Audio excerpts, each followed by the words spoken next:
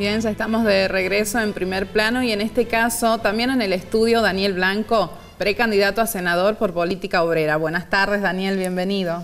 Bueno, muchas gracias y bueno, acá preparado para dialogar. Sí, bueno, bienvenido Daniel. ¿Qué proyectos va a llevar al Senado? Bueno, las preocupaciones fundamentales tienen que traducir lo que le preocupa a la mayoría popular de nuestro país y de nuestra provincia. Estamos atravesando la crisis social histórica más profunda de los últimos 100 años.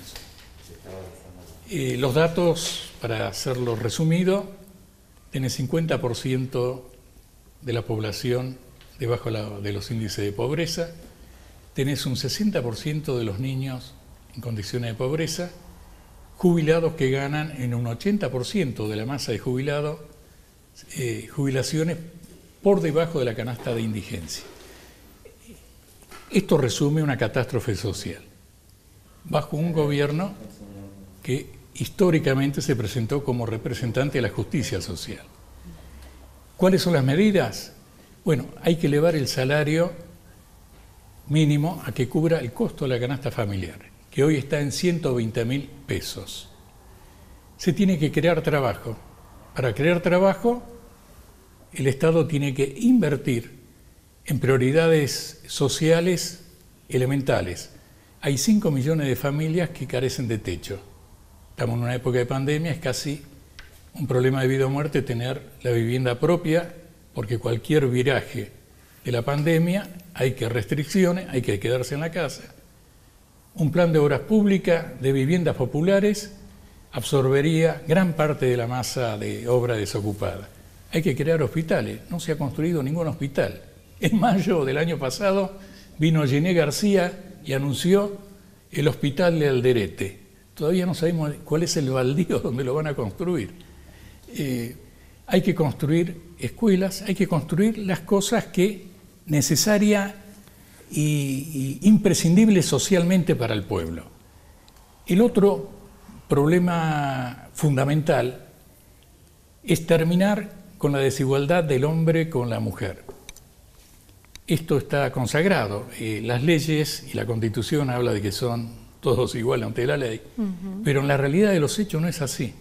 La mujer gana en todos los trabajos entre un 15 y un 20% por debajo de los hombres. Hay una brecha. Hay que terminar con el estado de indefección de la mujer frente a los hechos de violencia, que llevado a sus extremos son este promedio de femicidio, que lejos de bajar, se va multiplicando año tras año, y que la pandemia ha sido un factor motor de este tipo de violencia, porque ha llevado a una concentración de hacinamiento de hombres, de mujeres, y bueno, y de muchas incompatibilidades que se producen por la vida misma, por el derrumbe económico, por la degradación social, y bueno, las mujeres son más vulnerables y son las que pagan el plato roto, muchas veces con la vida. Daniel, en cuanto a la salud, ¿cuáles serían las propuestas de mejora en la Cámara de Senadores que llevaría usted?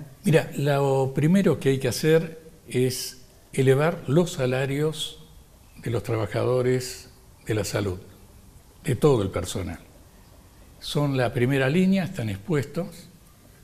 No hay que engañarse de que la pandemia esté controlada de ninguna manera. La tercera ola recorrió todo el mundo, va a llegar acá. Vamos a tener rebrotes muy serios y violentos. No lo va a contener la doble dosis, que acá ha llegado al 30% de la población en este momento. Israel ha planteado que con la tercera dosis recién se podría contener. Están experimentando.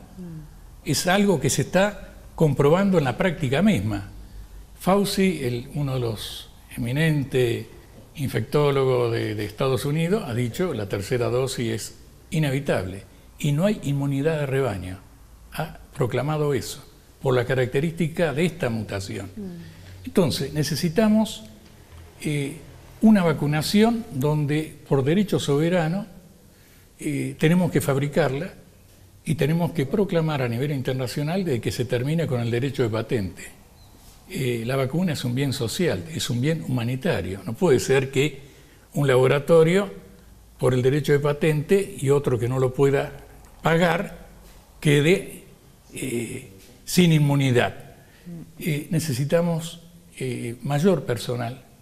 Tiene que liberarse las facultades para que pueda haber una práctica y un acumulado de enfermeros, de médicos, etcétera, porque muchos han muerto y muchos han desertado.